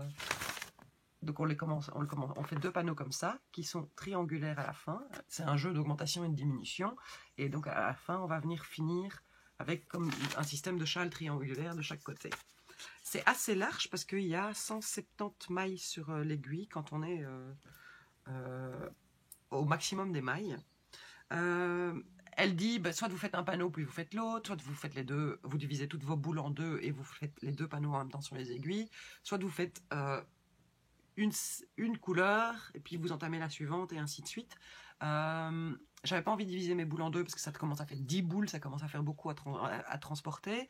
J'avais pas envie de faire les 2 ensemble pour la simple raison que justement 170 mailles, c'est déjà pas mal. 340 mailles, on tombe dans la largeur d'un grand pull bien large et donc les rangs auraient eu l'air infinis. Et donc j'ai choisi de faire, je fais toute la première couleur de l'un, je fais la deuxième couleur de celui-là jusqu'à ce que je n'ai plus besoin de la première couleur et j'entame la suivante. Et c'est une répétition de partie de point mousse. Alors, je vais vous montrer dans le bon sens parce que vous allez bien pouvoir vous moquer de moi. Répétition de point mousse, des sections de dentelle avec une dentelle extrêmement simple. Point mousse, dentelle, ça c'est la première couleur. Et puis après, on a un système de rayures, comme pour les fades, dans les fades Andrea Mori. Donc là, vous voyez, j'ai ma deuxième couleur qui est intégrée. Et puis après, on refait dentelle, point mousse avec la deuxième couleur. Et puis on vient intégrer la troisième, et ainsi de suite. Donc ce que j'ai fait, c'est que j'ai fait ma première couleur, les rayures avec la deuxième. Et puis j'ai commencé le deuxième morceau avec la première couleur. Voilà, et je suis en plein milieu des rayures avec ma deuxième couleur du deuxième morceau. La manière dont ça se construit, en fait, on a d'abord, mais ça se voit mieux sur... Attendez, je suis pas loin de perdre les mailles. Ça fait beaucoup de pelotes et beaucoup de fils dans tous les sens parce que j'ai actuellement 3 pelotes sur deux aiguilles. Donc en fait, on fait un triangle, mais avec le jeu des augmentations et des diminutions. Quand on change de couleur, ça devient un angle droit. Voilà, sur les bords. Et après, avec ce jeu d'augmentation et de diminution, ces triangles vont continuer et vont former une pointe au bout de la bande de tricotée. Donc voilà, donc il y en a un où j'ai fini, j'entame la troisième, donc je viens de commencer les rayures avec la fait-fil, et le deuxième j'ai commencé, et j'ai pas du tout une sensation de répétition parce que comme je suis déjà passée aux rayures de l'un, le fait de recommencer le deuxième, je trouve ça très chouette. C'est le truc qui est impossible à lâcher, donc j'ai tricoté ça à mon avis en 2 après-midi et une soirée. J'ai tricoté tout ça. C'est du point mousse, c'est de la dentelle de zéro cerveau, et puis il y a ce truc de je fais mes 20 rangs et puis j'arrête, et puis non, maintenant je vais d'abord vite faire les 12 rangs de dentelle, puis je vais quand même refaire 20 rangs de point mousse, et puis allez, on change de couleur, je vais voir ce que ça va donner, la passation entre les deux, le passage entre les deux. Donc voilà, c'est complètement addictif. J'ai pas l'impression que ça sera très long, parce que comme je suis déjà en train d'entamer la troisième couleur, et là je n'ai que... je suis même pas à 30 je suis même pas à 30 cm, j'ai pas l'impression qu'elle va être très très longue, qu'elle va être très très large, donc j'espère que ça me plaît. Je suis dans la phase est-ce que j'ai bien fait, mais j'ai pas imprimé la première page du patron parce qu'il y a une grande photo qui prend plein d'encre et que j'ai plus beaucoup d'encre, donc j'ai vraiment juste imprimé les a priori maintenant j'imprime plus spécialement les patrons, je les mets sur ma tablette, mais là l'idée c'est quand même d'avoir justement un projet nomade pour partir, et donc je crois que c'est plus simple dans la voiture, déjà que je vais avoir 18 pelotes et deux séries. Mais en fait, ce que je fais, c'est que celui sur lequel je ne travaille pas et mes pelotes que je n'utilise pas encore sont dans un grand sac à projet, et celui sur lequel je travaille sont dans un petit sac à projet. Voilà, et je switch de l'un à l'autre en fonction des étapes que je fais. Et donc, je ne sors a priori que mon petit sac à projet de l'encours en cours, en fait, de la partie sur laquelle je suis en train de travailler. Donc voilà, jusqu'ici tout va bien. Je n'ai qu'une seule chose à dire à propos des laines. C'est voilà, c'est de la single, ça se tricote bien, ça se glisse bien, c'est agréable. Ça reste pas ce que donc je suis dingue, mais ça c'est vraiment mon avis personnel à moi. Hein. Et la Holland, j'ai les mains mauves. Mais mauve foncé, c'est encore pire que quand on tricote mon indigo. Les mains sont de cette couleur-là. Alors je ne sais pas si c'est parce qu'elle aurait mal recuit ou pas assez recuit la dernière, parce qu'à mon avis pour avoir autant de couleurs sur la laine, il doit y avoir plusieurs étapes de teinture. Donc je ne sais pas. Mais est-ce que c'est juste ce bain-là ou est-ce que c'est globalement? C'est la première fois que je tricote cette marque, donc je ne sais pas si... A priori j'avais entendu dire que c'était vraiment très très chouette. Voilà. Mais la couleur est dingue. Hein. J'en suis vraiment fan. Hein. De nouveau, si ça existait en pas single, peut-être je pourrais imaginer en faire un pull ou un gilet, quoi. Un Regan. Hein, de cette couleur-là. Voilà. Mais donc, on est là. En plus, on est typiquement dans les couleurs que je ne suis pas capable de teindre moi-même. Et c'est ça que, voilà. Les gens se disent, ah, mais tu tricotes pas que ta laine. Ben non, parce qu'avec les plantes ne me permettent pas de tricoter toutes les couleurs, de teindre toutes les couleurs de la terre. Et il y a quand même des choses que j'ai envie de, voilà, d'autres choses que j'ai envie de porter que mes couleurs à moi. Donc voilà, donc ça sera mon projet. Ah oui, je vous avais dit que vous allez pouvoir vous moquer de moi très très fort, pour vous dire combien je suis fatiguée en ce moment. Donc j'ai commencé, je vous dis, hein, il faut vraiment pas réfléchir. Hein. Mais il y a un moment, j'ai oublié de retourner mon tricot, je ne sais pas très bien ce que j'ai fait. Et donc j'ai inversé l'envers et l'endroit du premier motif de dentelle. Et donc le premier tiers est dans un sens et le deuxième tiers, les deux autres tiers sont dans l'autre sens. J'ai continué, j'ai fait ça et c'est à un moment donné où, en reprenant celui-ci après avoir commencé l'autre, que je ne trouvais plus l'envers et l'endroit et je me suis rendu compte de l'erreur. Je n'ai pas détricoté. Non, franchement, c'est pas pour une bêtise pareille. Enfin voilà. Et alors pareil, enfin voilà, quand on est dans cette longue partie un peu ennuyeuse en point mousse, enfin cette longue partie elle fait 10-12 cm, mais ça paraît long. Quand on a l'habitude de faire plein de dentelles, faire tout ça de point mousse. Enfin, c'est-à-dire que c'est très très chouette tant qu'on fait les rayures, mais on doit encore faire du tout droit, enfin du unicolore après. Et ce que je voulais dire. Ah oui, ben en fait, j'ai pas recompté mes mailles. Donc, dans cette partie-là, on doit faire des augmentations et des diminutions sur les côtés et sur le milieu pour former cette pointe, comme je disais. Et je crois que j'avais 15 mailles en trop au moment de commencer ma dentelle, parce que j'avais manifestement oublié régulièrement de faire les diminutions. Donc, maintenant, je suis beaucoup plus attentive. Donc voilà, mais je n'ai pas détricoté non plus parce que je suis une grosse paresseuse et que je me dis que sincèrement, je pense pas que ça va se voir. Ma bordure n'a pas l'air de faire comme ça, donc voilà, tout va bien.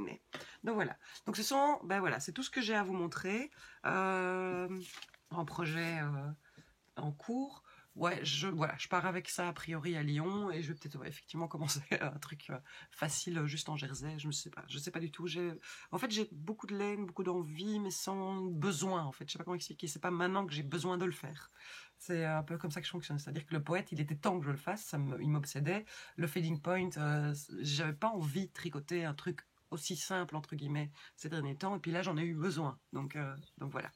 Je vais peut-être vous montrer les 2-3 trucs que j'ai ramenés de légumes. En fait, comme je vous l'ai dit, j'ai pas réussi à beaucoup bouger, donc je n'ai presque rien acheté, mais vraiment presque rien acheté.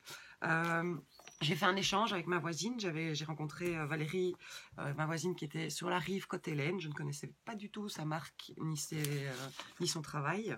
Et on a fait un échange en fin de salon. J'avais repéré un verre complètement hallucinant depuis le début de salon. Mais j'ai déjà pas mal de verres dans mon stock. Et donc, du coup, mon homme, il avait bien vu que j'avais repéré le verre. Enfin, bon, bref. Et en toute fin de journée, dimanche, il y en a 3 sur les 4 qui sont partis. Donc, il n'en restait plus qu'un. Et donc, voilà. Et donc, je me suis dit, allez, je vais quand même prendre celui-là. Et puis, après, elle lorgnait sur Mélène aussi. Et puis, on s'est dit, bah, en fait, on va se faire un échange. Donc, je vous montre. Oh, mais c'est génial parce que la luminosité est parfaite et vous avez vraiment les couleurs. Donc je vous montre une étiquette. C'est sur la rive côté laine. Ne regardez pas l'état de mes doigts, j'ai tellement teint ces temps-ci que je ne me suis pas occupée de mes ongles. Sur la rive côté laine, elle est à Paris et elle teint uniquement avec des colorants alimentaires. Donc voilà. Et je l'adore. C'est quoi? C'est 100% Superwash Merino 4 Ply, le grand classique, coloris mousse de mer. Donc c'est mais splendide, splendide, splendide, splendide. Et en fait, on est parti, donc on a démonté, ça se terminait à quoi, 17h30, je sais plus, 18h. Puis on démonte les stands, et puis bref, on était vers 22h à la maison. Et j'ai laissé mon homme en planche, j'ai foncé vers mon atelier. Et là, dans la petite case, j'ai pris les chevaux que je savais, il lui manquait un copain. Et la coïncidence faisait que c'était absolument trop parfait. Non, mais vous avez vu ça? Alors celui-ci aussi, je vous l'ai déjà montré. C'est aussi un échange. En plus, ça j'adore. Ça va faire un peu châle de l'amitié. C'était Craftfulness. Donc ça, c'est une teinturière néerlandaise.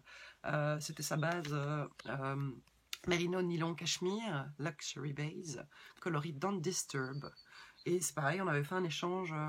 Quand est-ce qu'on a fait à La Haye en avril ou en mai l'année passée. Donc voilà. Oui, c'est ça, La Haye, je crois que c'est juste une semaine après Clamart, donc ça devait être vers le 10-15 mai l'an dernier. Et je m'étais dit, voilà, je savais pas du tout avec quoi le tricoter, mais voilà, ils sont faits pour s'entendre, vous trouvez pas?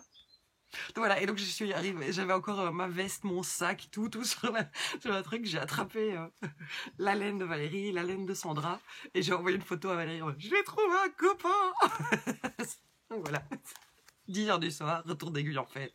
Je ne fonctionnais plus tout à fait. Donc c'est le seul écheveau que j'ai ramené. Je n'ai jamais eu l'occasion d'aller jusqu'au stand d'IDID, mais en même temps on s'est fait la réflexion qu'on allait se voir maintenant.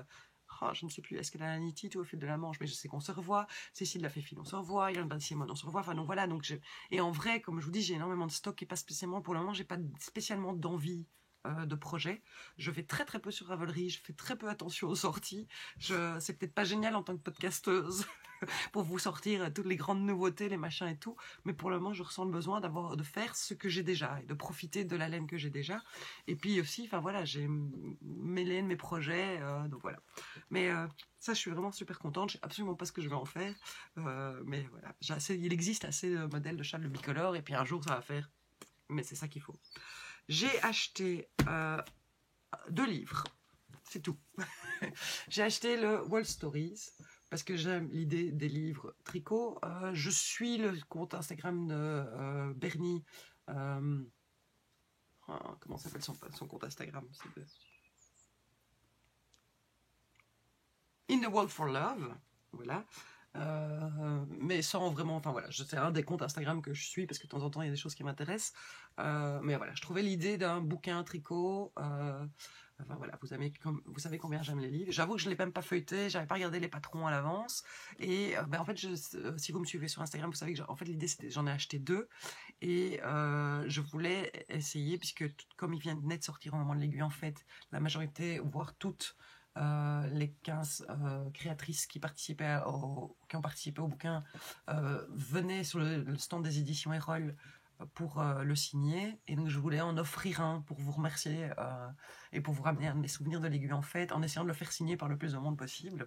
Bon, j'ai pas réussi à avoir tout le monde, le concours a eu lieu, alors j'en reviens pas, je devrais faire des concours pour des bouquins beaucoup plus souvent, parce que j'avais jamais eu autant de commentaires et de likes sur une photo.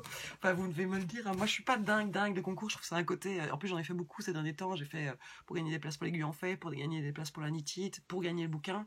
Je trouve que les comptes qui ont beaucoup de concours, moi ça me lasse et ça me fatigue. Et donc, déjà, j'étais mal à l'aise de proposer 3 en un mois. Mais enfin voilà, je vais acheter des bouquins plus souvent si ça vous plaît autant des bouquins. Et enfin voilà, vraiment, ça m'a fait réfléchir à ma manière de communiquer sur Instagram. J'étais un peu surprise, quoi. Donc voilà. Mais donc, le mien, je l'ai fait quand même signer par quelques copines que j'ai vu passer. Et puis surtout Aurélie Laboule, hein, parce que je l'avais jamais rencontrée. Enfin, elle était justement en train de papoter avec Emma. L'organisatrice de Knit It, encre violette, et donc mais donc je l'ai pas feuilleté, et puis je l'ai feuilleté je crois même carrément après le salon, parce qu'au fur et à mesure où je revenais vers mon stand tu l'as acheté, montre, je dois avouer que je suis pas dingue, vraiment pas dingue. Je sais pas si ça se dit ou pas. C'est un très chouette projet, j'aime les bouquins, j'aime l'idée d'un bouquin tricot, c'est très très chouette. Il y a beaucoup de modèles qui sont tout à fait accessibles aux débutants, voire quasi tous, mais j'ai l'impression que c'est un peu tout le temps le même patron.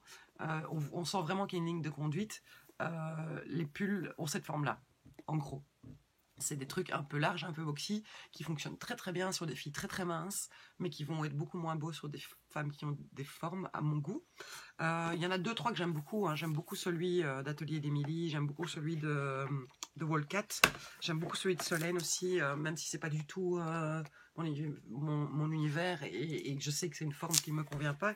Il y a des choses qui me plaisent, mais j'ai pas été époustouflée par les modèles.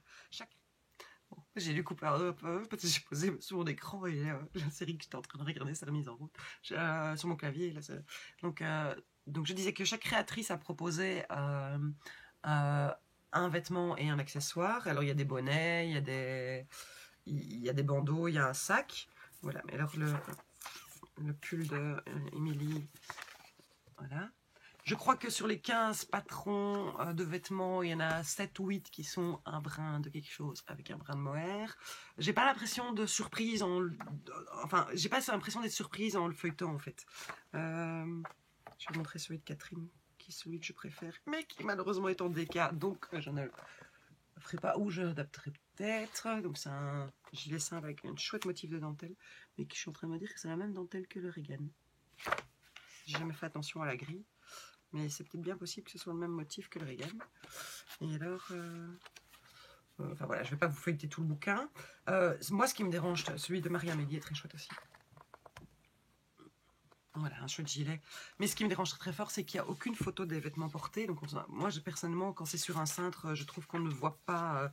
voilà, le graphisme est sympa, c'est moderne, c'est un petit côté rétro années 70. Mais... et puis, voilà. Enfin, personnellement, pour moi, ça, c'est pas une photo de bouquin de tricot, c'est un bouquin de déco, quoi. C'est... voilà. Le truc est bien fait, hein. C'est joli, il y a les graphiques techniques, il y a la construction, il y en a quelques-uns qui se construisent sur aiguille droite, d'autres sur aiguille circulaire.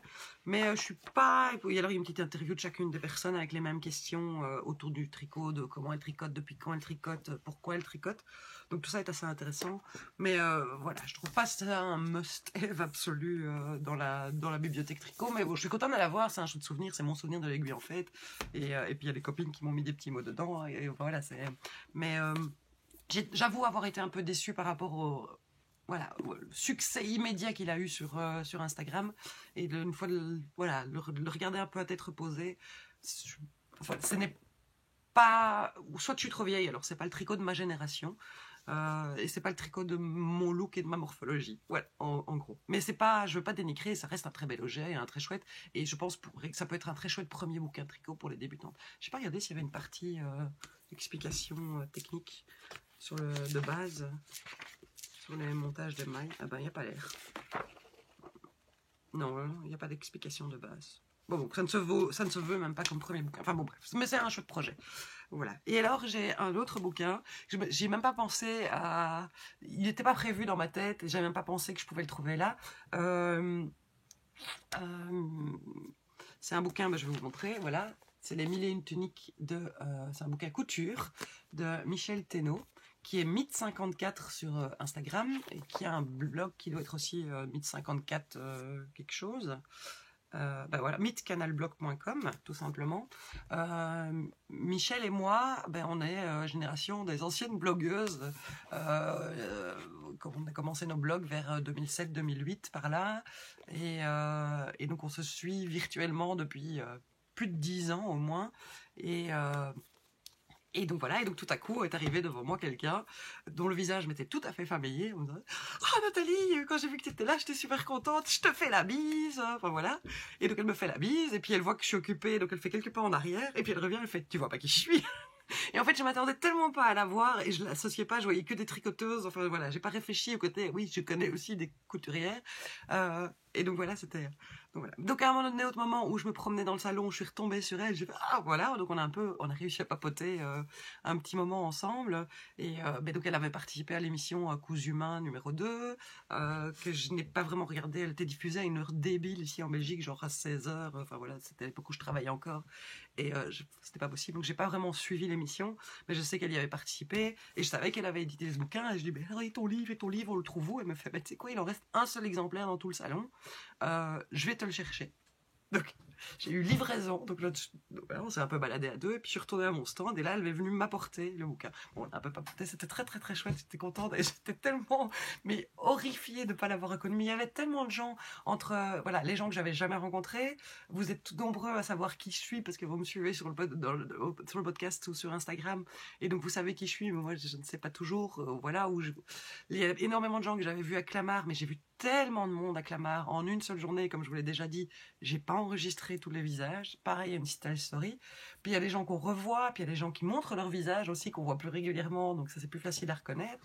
Et puis forcément, je sais que souvent il y a eu des réflexions par rapport au fait que les podcasteuses elles sont toutes copines. Non, il faut vous rendre compte que nous, les autres podcasteuses, sont les seules autres personnes qu'on reconnaît spontanément aussi, puisqu'on connaît leur visage. Et donc forcément, ça crée un lien entre nous, puisque on se reconnaît dans les deux sens. Et donc vous avez l'impression de me connaître, mais moi j'ai l'impression de connaître les autres podcasteuses de la même façon que vous avez l'impression de me connaître. Donc du coup, la glace est déjà un peu brisée, et je pense que c'est ça aussi qui fait qu'il y a un lien entre guillemets entre les podcasteuses, c'est que c'est plus facile dans les deux sens de rentrer en communication. Enfin voilà, je sais pas si c'est très clair. C'est pas une question de préférence, on conforme un clan, on conforme c'est juste c'est aussi plus facile pour nous. Si on croise 5000 personnes sur un salon, les 100 visages qu'on connaît déjà, on va avoir tendance à se diriger vers eux, à leur faire la bise, à leur parler différemment parce qu'on sait qui ils sont par rapport au... Voilà, sur un salon comme l'Aiguille en Fête, il y a un tiers du public qui passe... Un tiers, je me la pète complètement. Je dirais à une personne sur 4 ou sur 5 qui sait qui est Nathalie derrière la marque By Night qui expose au salon de l'Aiguille en Fête, mais il faut aussi se rendre compte qu'il y a tout le reste, c'est-à-dire plus de 80% à mon avis des visiteurs qui n'ont aucune idée de qui je suis. Et donc au moment où on s'adresse à moi, où je dis bonjour à la personne qui regarde mon travail, je ne sais pas si c'est quelqu'un qui sait qui je suis ou pas, si je dois présenter, si je dois expliquer. Donc tout ça est un peu difficile, et donc forcément, quand je vois un visage familier, je vais avoir une autre réaction que quelqu'un dont je ne connais pas le visage. Donc voilà. Mais... petit aparté. Mais donc voilà, j'étais très très très contente de rencontrer Michel. C'était très très chouette. Je ne sais pas du tout si tu suis mon podcast. Si oui, je t'embrasse très très fort. Je suis vraiment vraiment désolée. La prochaine fois, promis, je saurai tout de suite qui tu es.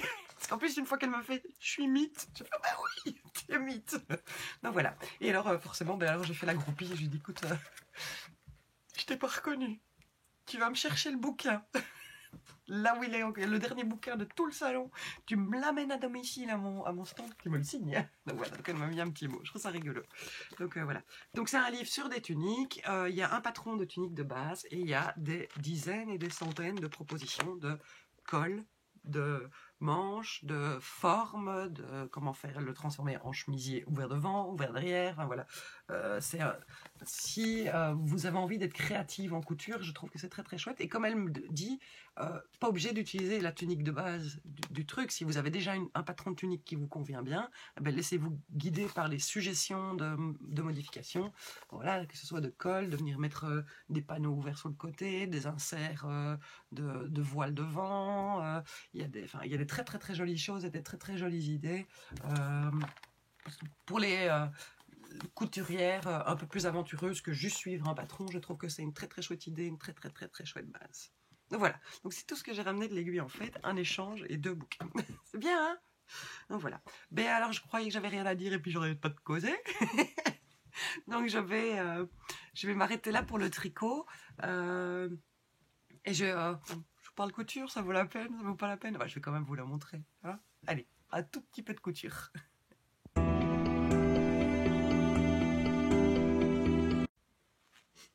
Bon, la couture. J'ai 2 projets à vous montrer.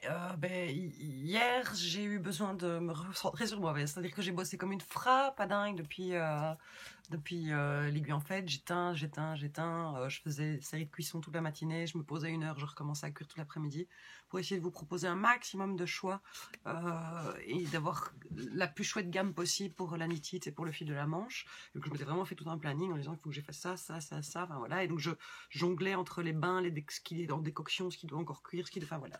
Et j'ai très peu pensé à moi. En plus, on était comme c'est comme on a l'impression, on n'est pas fort disponible, entre guillemets, les week-ends ces temps-ci, donc du coup, vite les autres week-ends se remplissent comme pas possible, donc on était fort chargés, les familles, les amis, les autres amis, enfin voilà, un petit resto, un petit truc, et voilà.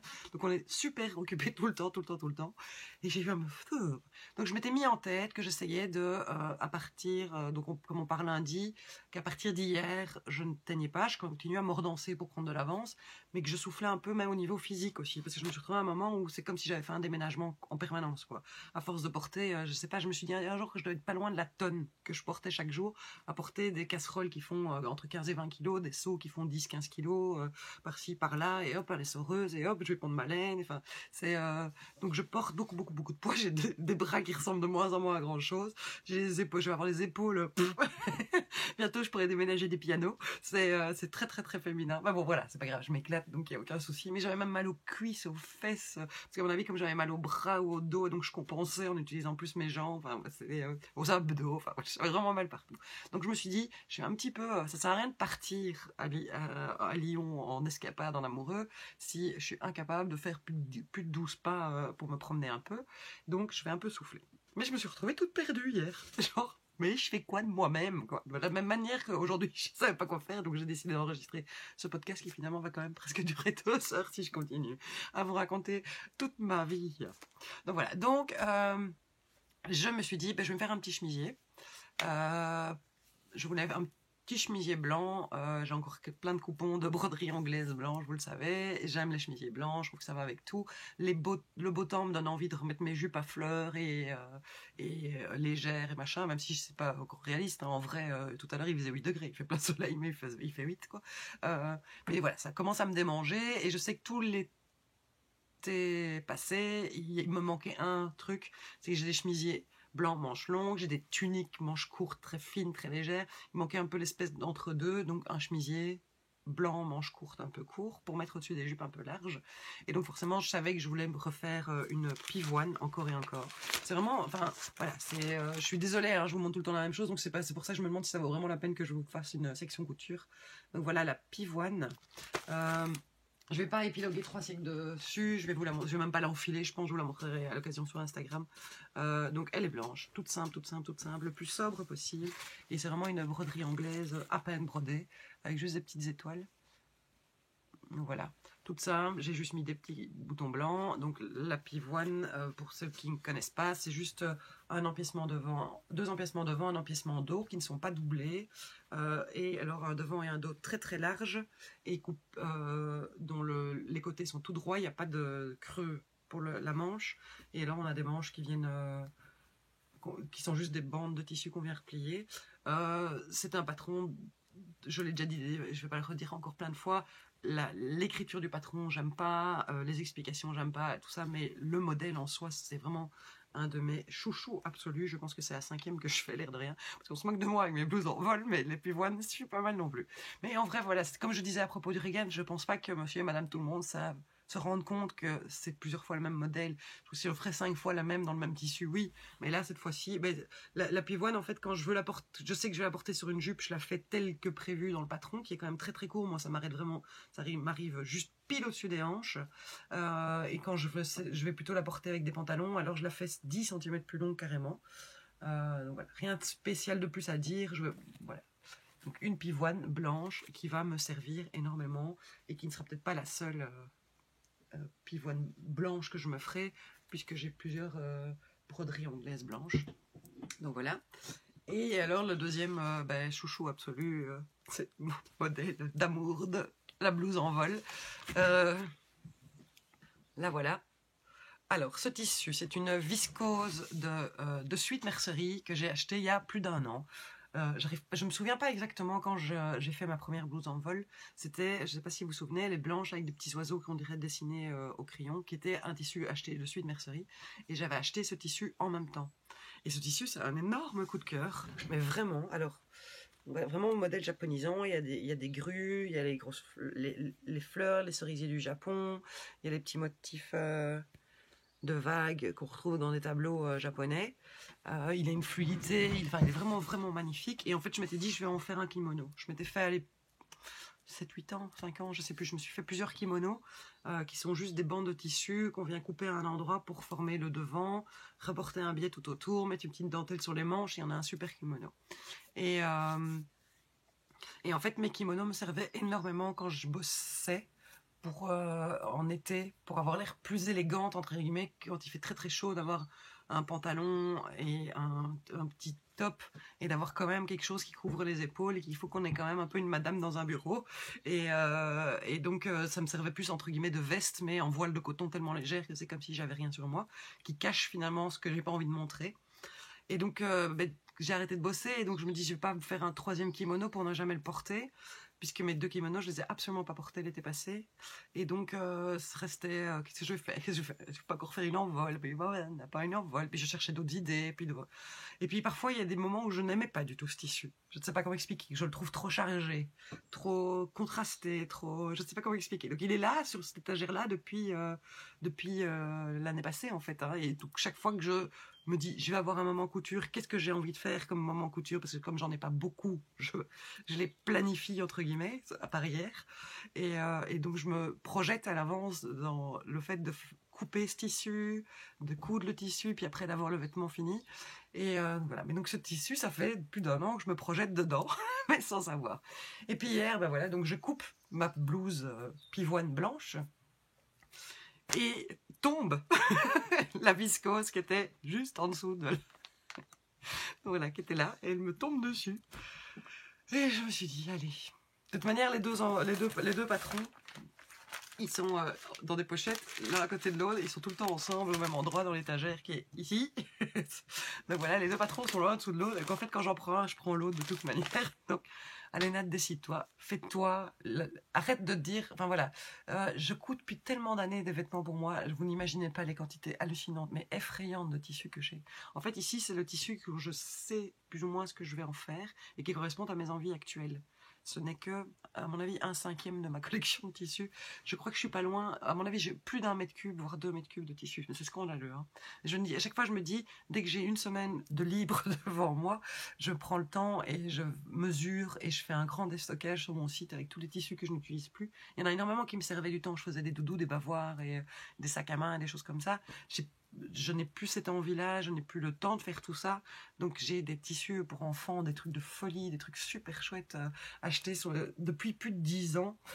C'est hallucinant, quoi. J'ai de l'éponge, j'ai du molleton, j'ai du jersey, j'ai des lainages, j'ai énormément de lainages. J'ai eu une phase où je faisais 2 ou 3 manteaux par hiver. Voilà, maintenant j'ai 2 ou 3 manteaux par semaine à porter, et j'en mets tout le temps le même, donc j'ai plus envie pour le moment de me faire de manteau, parce que je suis vraiment arrivée à un stade, c'est comme pour la laine, en fait, j'ai envie de profiter de ce que j'ai et arrêter d'avoir envie d'avoir autre chose. Et de toute manière, en fait, je me suis rendu compte que 9 fois sur 10, quand on commence un projet ou quand on flash sur un modèle, eh ben, on a justement pas ce qu'il faut. On n'a pas les bons boutons, on n'a pas le bon fil, on n'a pas le bon tissu, on n'a pas la bonne épaisseur, on n'a pas le bord-côte, enfin voilà. Donc il y a toujours un moment où il manque quelque chose. Donc je sais pas, c'est peut-être l'âge, c'est peut-être le manque de temps, enfin voilà, j'ai investi, je sais pas combien de milliers d'euros j'ai de tissu, et c'est complètement idiot parce que, enfin voilà. Mais bref, donc j'ai décidé qu'un tissu que j'aime tellement, qui me revient, qui m'obsède, il faut qu'il soit transformé. Il y a des coupons de Liberty que j'ai acheté il y a plus de 10 ans, que j'ai toujours pas coupé, hein, donc puis il y a eu la Liberty, c'était plus trop ça. Maintenant le Liberty revient, donc why not, ils vont peut-être réapparaître, voilà. Donc je me suis fait la blouse en vol. Tout simplement, Atelier Scanit, je ne la présente plus, les explications, le patron, tout me convient. Dans les 2 cas, je taille 44, modèle un peu ample. Et alors, ce que j'ai juste fait, parce que j'avais acheté en même temps que les tissus, c'est un petit billet, mais je vais vous le montrer là, parce que je ne l'ai pas encore rangé, un petit billet doré. Enfin, en fait, ça ressemble au côté d'un zip, d'une tirette, d'une fermeture éclair. Voilà, ça ressemble à ça. Et un petit billet doré, donc j'en ai mis ici, et j'en ai mis dans le dos. Voilà, juste pour casser un peu. Et alors j'ai eu un grand débat sur piqûre noire, sur piqûre blanche, bouton noir, bouton blanc. Et je me suis dit qu'on rentrait dans le printemps, donc j'ai surpiqué en blanc, et j'ai mis des boutons blancs, mais avec un fil noir. Voilà, ils sont des belles boutons à chemise qui s'achètent par petites boîtes, c'est Prime qui fait ça. Voilà, je vous ai déjà dit que je fais tellement de chemises, je mange tout le temps de boutons de chemise. Et là, chez mon grossiste, je crois que j'ai acheté une boîte de 10 boîtes de 20 boutons. Enfin, voilà, je suis tranquille, je peux faire des chemisiers. Ça sera tout le temps les mêmes boutons, mais je m'en fous. Et alors, les manches, je termine tout ça très simplement, normalement par un biais dans le même tissu. Et là, j'ai mis un biais noir satin. Parce que ce tissu est tellement fluide que je me voyais pas faire... parce que la bande finale est aussi fine que ça, et donc je me voyais pas le faire entre les fronces et compagnie, et forcément ça se met quand la manche est terminée, et je sais que c'est pas la partie, en fait c'est presque, je trouve, la partie la plus entre guillemets technique, pas technique, mais quand on est dans un tissu très fluide et très mobile, c'est la partie la plus casse-tête pour que ce soit bien propre, et donc avec un biais je trouve ça super propre. Donc voilà. J'ai fait un peu plus large que les autres manches de d'habitude, mais ça n'empêche que je sais quand même pas remonter mes manches. Bon voilà, mais l'envol est aussi proposé en manche courte. Ah non, elle n'est pas proposée en manche courte. Si, une option manche courte dans le patron. Je raconte ou je raconte pas? Oui, je vais vous faire un petit croquis et je vous raconte. Pour vous dire combien je suis fatiguée, je fais une mini pause pour faire un petit croquis. Pour quand même vous raconter que j'ai un peu galéré et que j'ai perdu près de 2 heures à être bête. Donc j'ai compté 8e blouse en vol. Je n'ai jamais eu aucun souci pour la faire. Mais j'ai d'abord fait la pivoine. Et la pivoine, je ne révèle pas grand chose. Les bords latéraux sont tout droits, donc il n'y a pas de courbe d'emmanchure. Et on a un arrondi au niveau du col. Voilà, qu'on vient après mettre un col de chemise classique. Donc ça, c'est les deux devant de la blouse en vol.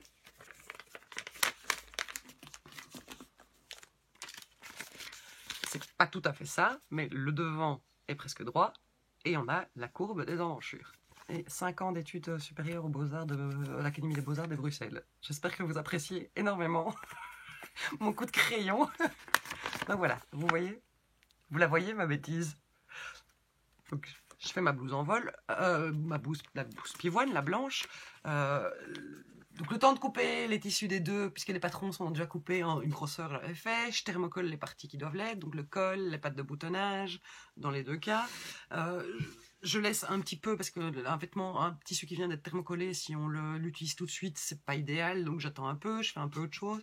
Puis je reviens, je fais toute ma blouse pivoine. En vrai, comme il n'y a pas de double empiècement d'épaule, il y a pas, enfin voilà, elle est très basique. En une grosseur, elle est faite. Je la mets de côté en n'ayant pas encore mis les boutons.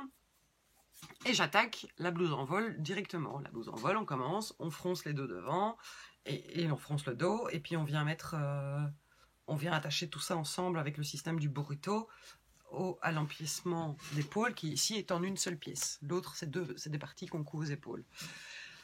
Et donc je mets ce biais qui est donc un biais assez épais. La partie ici n'est pas très large.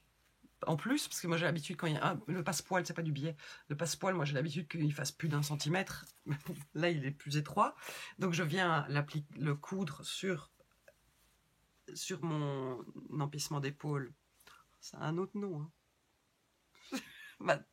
Non, je sais plus. Bon, ma partie d'épaule. Donc je viens coudre mon biais avec le pied pour fermeture éclair sur chaque morceau. Je fais tout mon burrito avec mes deux devants et mon dos que j'ai froncé. Je ferme les côtés. Je fais... Dans quel sens? Oui, je ferme les côtés. Je mets les pattes de boutonnage. Et je me dis, c'est pas normal. Ma patte de boutonnage... Alors, je l'ai allongée de 5 cm par rapport au modèle initial. Et la patte de boutonnage, à chaque fois, il manque quelques centimètres. Donc, en général, je coupe la patte de boutonnage 10 cm plus longue que ce qu'elle doit être. Et là, elle était 20 cm trop longue. Je me dis, mais qu'est-ce que j'ai foutu? Mais qu'est-ce que j'ai foutu? Et en fait, donc voilà. Là, j'avais fait un chemisier où c'est droit d'un côté, arrondi sur le col. Et là, je faisais un chemisier dans l'autre sens. Et donc, en fait, je suis venue mettre l'arrondi au milieu. Donc, je suis venue mettre mes emmanchures ici. Ici. Donc j'ai fait ça, et puis il y avait l'emmanchure. Voilà, des deux côtés. Comme ça, qui continuait. Et mes emmanchures étaient Vous n'avez plus cet arrondi-là. Voilà, cette partie-là, en fait, à partir d'ici, donc cette partie-là, ici, se retrouvait ici en prolongement. Donc forcément, je ne sais pas venir mettre une patte de boutonnage. Donc, j'ai dû tout défaire sur un tissu qui gigote dans tous les sens. Et alors, ce que j'avais fait, comme il s'effiloche très très très très très fort, c'était hallucinant comme il s'effilochait, j'avais à chaque fois cousu à la machine pour avoir le plus de stabilité possible, et puis resurjeter. Donc ici, j'avais mes trois épaisseurs de tissu plus le passepoil surjeté. Là aussi. Et donc je devais inverser les deux. J'avais mes côtés, donc mes côtés, j'ai rétréci d'1 centimètre, j'avoue, j'ai coupé. Hein. On n'est pas 1 centimètre près sur ce chemisier. Et du coup, j'ai un peu étroit. C'est peut-être pour ça que la manche est un peu étroite aussi, en fait. Du coup, j'ai cousu la manche un tout petit peu plus étroite que d'habitude pour que ça corresponde quand même après. Bref. Et forcément, en réassemblant une des deux parties, il y en a une où je suis venue assembler à la surjeteuse. Quand tout est bien fait, tout était bien propre, tout et je surjette juste pour que ce soit tout à fait propre à l'intérieur, même si personne ne va le voir. Et je me suis loupée, je suis passée à travers les dents du passepoil, j'ai fait un petit trou, enfin tout, voilà. 2 heures et demie à défaire mes bêtises. J'étais avec mon découvite, fil par fil, parce qu'en fait, le tissu est tellement fluide et ici, il filoche tellement fort. J'ai failli tout jeter. Mais je me suis pas énervée, bizarrement. J'étais vraiment genre, bah tant pis, t'es con, t'es con. Non, voilà. Comment parler 10 minutes d'un truc. Voilà. Donc la partie couture est terminée. Juste une petite... j'ai racheté le dernier numéro de Burda d'avril. Parce que je trouve qu'il y a des très très très très chouettes choses dedans. J'aurais dû mettre des post-it pour aller plus vite. Il y a un très chouette caban. Voilà. Il y a cette veste boule que j'adore. Voilà, petite veste manche courte qui est doublée. Il y a un t-shirt tunique tout simple que j'adore aussi. Alors, je suis pas du tout sûre que ça m'aille, mais je vais quand même peut-être essayer d'en faire un ou deux parce que je me dis quand il fait très très chaud en été, ça peut être très confortable. Je vais en faire un pour voir. Et alors il y a ce chemisier. Vous allez dire que ça ressemble très très fort à la blouse en vol. Donc voilà le devant, sauf que c'est vraiment un système de colle classique. Et alors dans le dos, il y a un immense pli dans les deux sens. Je le trouve phénoménal. Voilà. Et donc en fait j'ai failli faire ça avec ce tissu, mais juste qu'il fallait encore il fallait décalquer le patron, donc j'ai eu la flemme. Bon, il y a un kimono qui je trouve il fait un peu peignoir, ça casse pas grand chose. Et alors il y a 2 pantalons très chouettes, ils sont sur la même page, il y en a un large et un étroit que je trouve très très sympa. Il y a une très chouette tunique qui est boutonnée sur tout le dos, on le voit ici dans le croquis. Je trouve que vraiment il y a des chouettes choses. Il y a une veste plus classique, là on revoit la même. Et là il y a cette robe que je trouve très très très sympa, robe chemise. Et alors avec des petits détails de pattes sur l'épaule que je trouve vraiment très sympa. Après je suis pas sûre que ce soit tout à fait le genre de modèle qui m'aille. Ici il est prévu en crêpe. J'aurais tendance à le faire en popeline ou en... mais je la trouve vraiment très très très belle. Donc je trouve qu'il y a vraiment des chouettes choses. Voilà même veste boule. Le t-shirt tout simple, un peu large. Je me demande, c'est pas genre un peu genre la blouse pivoine, mais sans la partie chemisier, quoi. Donc voilà. Pour les femmes plus rondes, je suis jamais très convaincue. J'ai un gros dilemme en fait, comme je fais entre le 44 et le 46, les modèles femmes normales dans la normalité de l'industrie de la mode sont souvent présentés en 36-38, donc je ne me reconnais pas et je suis incapable de me projeter dans les vêtements portés par des femmes qui portent du 36 ou du 38, parce qu'on n'a pas les mêmes rondeurs, on n'a pas les mêmes formes, forcément. Je fais du 44-46, donc je ne me reconnais pas dans ces modèles-là. J'ai fait énormément de vêtements qui finalement ne m'allaient pas du tout. Après, j'ai appris à mieux sélectionner, je pense, et à pas juste flasher sur le vêtement, à essayer de me dire, Nat, attention, est-ce que toi, ta poitrine va être bien mise en valeur ou pas trop mise en valeur, ou est-ce que tes épaules ou ci ou ça, ou est-ce que le fait que tu fasses 1m80, ça va convenir aussi. Enfin, voilà. Donc j'ai appris avec le temps à mieux adapter les vêtements et à ne pas faire tout sur quoi je flash, parce que c'est pas parce que c'est joli que ça va m'aller. Mais donc du coup je ne me reconnais pas dans ces patrons-là, mais je me reconnais pas non plus dans les patrons pour les femmes rondes, dans le sens où je fais du 44, mais là je fais du 42, là je fais du 48, et aux fesses je fais du 46, enfin je sais pas comment expliquer, et au niveau du ventre je fais du 42. Donc je n'ai pas, donc je suis vraiment comme ça, mais souvent les femmes, les tailles, pour les vêtements pour les tailles plus rondes, les femmes plus rondes, à mon avis sont présentées plutôt par des femmes qui font du 48, 50, 52, mais qui n'ont pas spécialement une forte poitrine. Donc qui sont plus proportionnées que moi. Et donc du coup, cette tenue-là, je trouve qu'elle est splendide. Moi, j'aurais l'air d'un gros sac à patates là-dedans.